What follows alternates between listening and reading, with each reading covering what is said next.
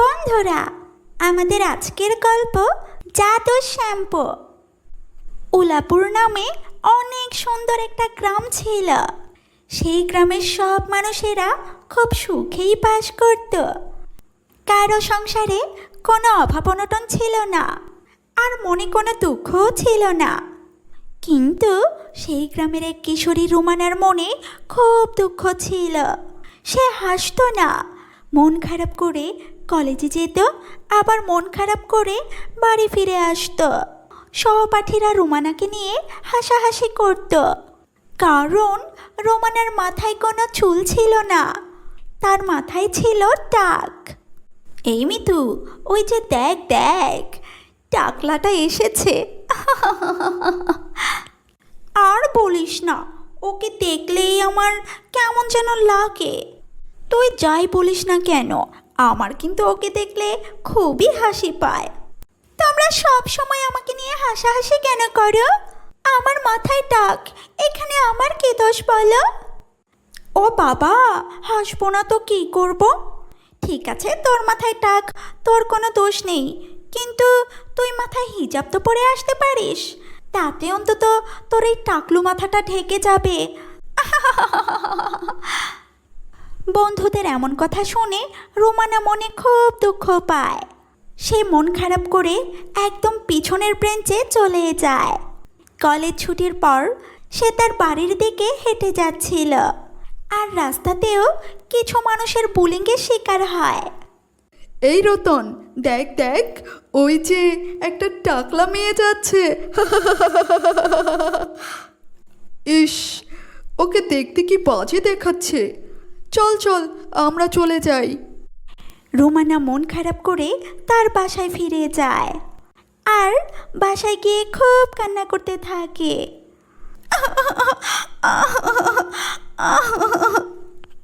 কি রে মা, তুই কাঁদছিস কেন?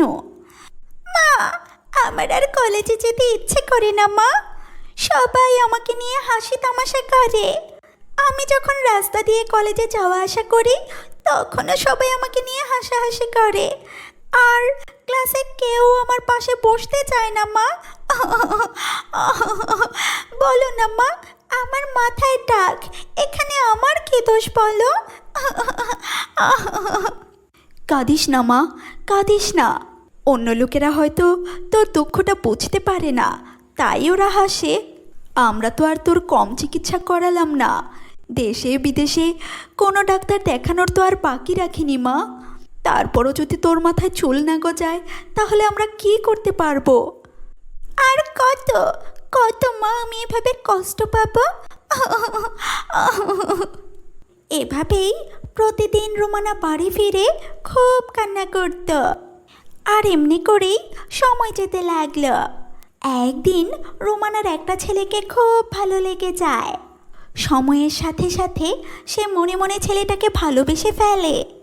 কি জাদু করেছ বলো না, ঘরে আর থাকা তো হলো না। লা লা লা লা লা লা লা লা লা লা লা লা লা লা। রতনকে যে আমি ভালোবাসি, এটা মনের ভেতর আর কতদিন পুষে রাখবো? আমি মনের ভেতর পুষে রাখলে তো রতন এটা জানতেও পারবে না। আমি বরং একটা কাজ করি, আজকেই আমি রতনকে আমার মনের কথা জানিয়ে দেই। তারপর রুমানা রতনের কাছে যায়। রতন, তুমি কি করছো? আমি বই পড়ছি। কেন, তুমি কিছু বলবে? মানে, আমি কি তোমার পাশে একটু বসতে পারি? হ্যাঁ হ্যাঁ, অবশ্যই, বসো। মানে রতন, বলছিলাম কি, যা বলবে তাড়াতাড়ি বলো, আমার হাতে একটু কাজ আছে, আমি উঠতে হবে। মানে রতন, আমি তোমাকে খুব ভালোবাসি। এই, তুমি কি বলছো এসব? তোমার কি মাথা খারাপ হয়ে গেছে নাকি? এভাবে কেন বলছো রতন? আমি কি কাউকে ভালোবাসতে পারি না?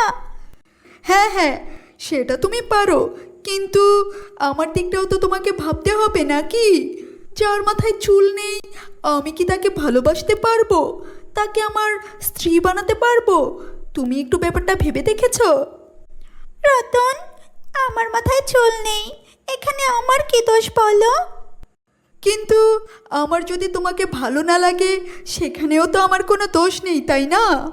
দেখো রোমানা, আমি খুব ভালোভাবে বলছি, এসব চিন্তা তুমি মাথা থেকে সরাও।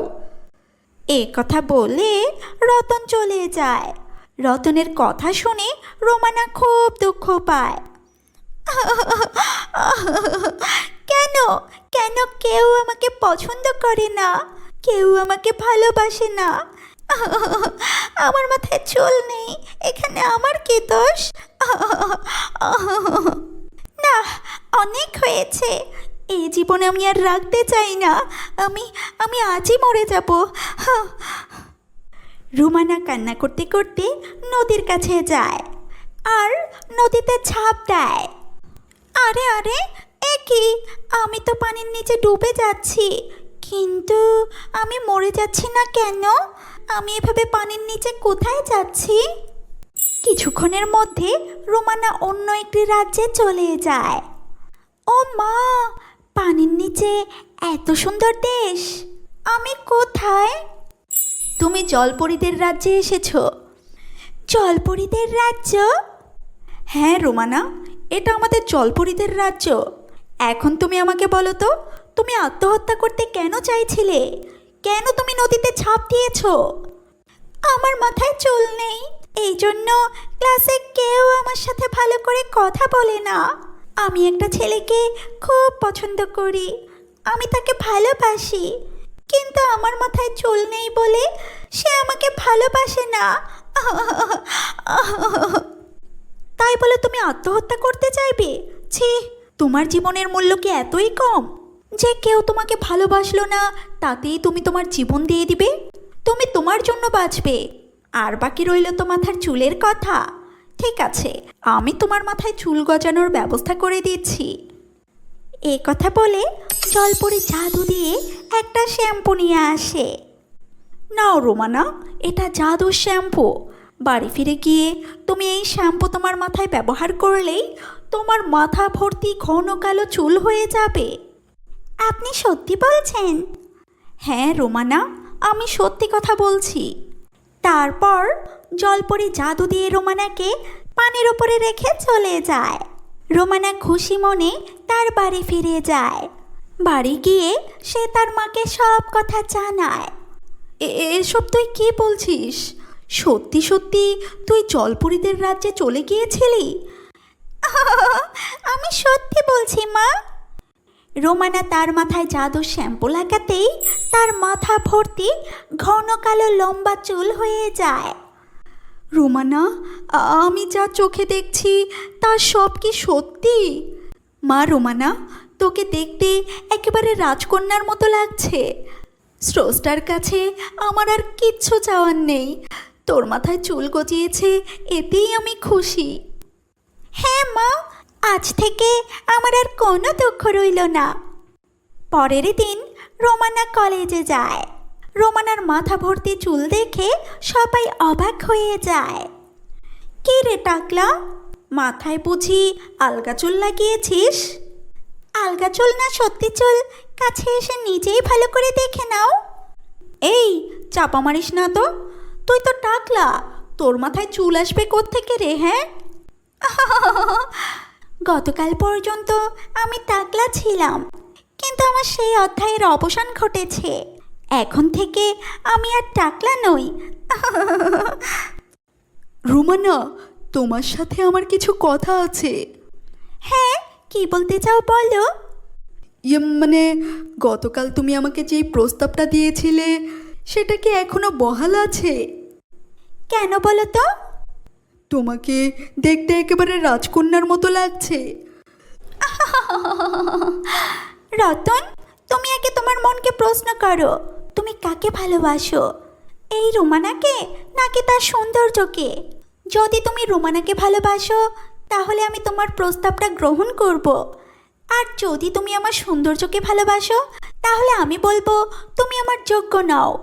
মানুষের বাইরের রূপ দেখে যে মানুষ অন্য মানুষকে বিচার করে এমন জীবনসঙ্গী আমার চাই না। এ কথা বলে রোমানা সেখান থেকে চলে যায়। তারপর রতন সহ রোমানার অন্য সব সহপাঠীরা তাদের ভুল বুঝতে পারে। তো বন্ধুরা, কেমন লাগলো আমাদের আজকের গল্পটি? এইরকম নতুন নতুন মজার মজার কার্টুন ভিডিও পেতে অবশ্যই আমাদের ইউটিউব চ্যানেলটিকে সাবস্ক্রাইব করে দিবেন। ধন্যবাদ।